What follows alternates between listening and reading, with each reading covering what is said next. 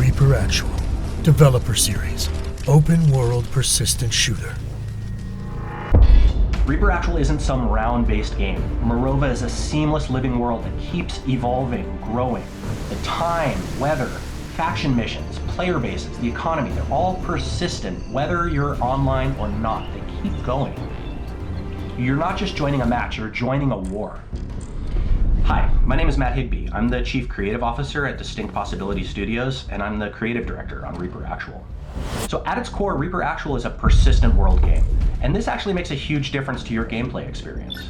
So in a typical session-based shooter, you're used to logging into the game, queuing for matchmaking, you find your group of players, and it spins up a world for you guys that lasts 30, 45 minutes, and then it's over. But in a persistent world game like Reaper Actual, the world continues to run 24/7 with new objectives being created, new goals being created, players coming into and out of that simulation, and it continues, it doesn't stop.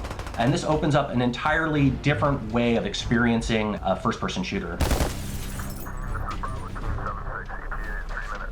Marova is a massive living world, and it's populated by 5 rival factions that are all operating with their own goals, their own sort of needs-based decision-making, their own strategies. They all have their own sort of machinations for what they're trying to do in the game world. And part of what you're doing over time is learning a little bit about not just what's happened in Marova recently, but what's happened in ancient history.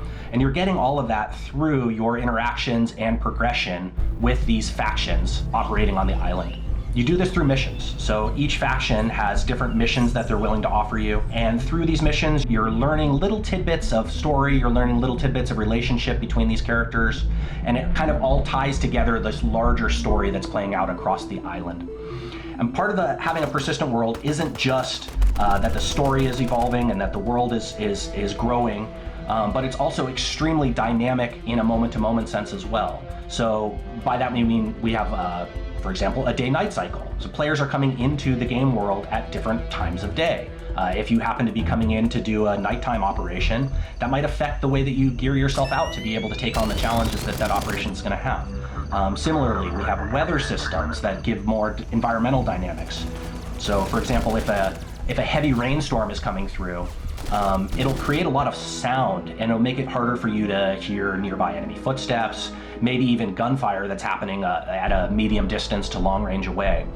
So it changes the way that you approach the world, and it changes the way that maybe you would interact with or take on different challenges in the game world. So not only is the world constantly evolving in terms of what it's presenting to players, different simulated battles happening in different locations, factions fighting over different resources, and that's constantly changing, constantly shifting, but the actual world dynamics themselves are changing over time as well.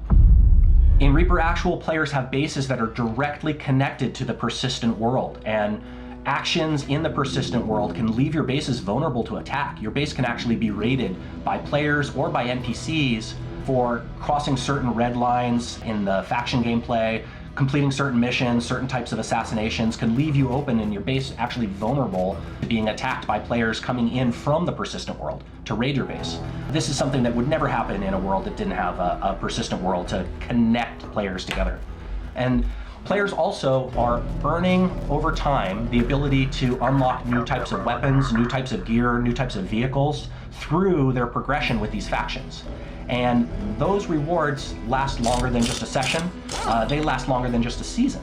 You could have a reward that you earned several seasons ago from accomplishing certain goals for a faction that bringing it into the persistent world this season gives you an enormous asymmetrical advantage over players because it's not common in the meta anymore, but it is something you earned when it was available.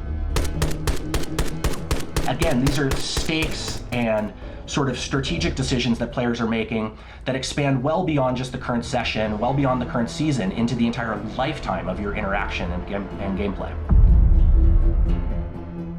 We're heading towards the final stretch of what we call our Foundation Alpha milestone, and this is really where the rubber hits the road. With these kinds of games, we can do so much testing internally to understand how the game feels, how it plays, but until we have real players coming in and playing the game for longer sessions, hundreds of players playing it simultaneously, we can't fully validate our assumptions in our game design. So this is the point where having a dedicated group of players joining us, giving us feedback, not just playing the game, but actively engaging with us on where we should be taking the game and what we should do with it is so critical. So please join us. We would love to have you help us build this game. Reaper Actual. Foundation Alpha coming October 6th. Distinct Possibility Studios.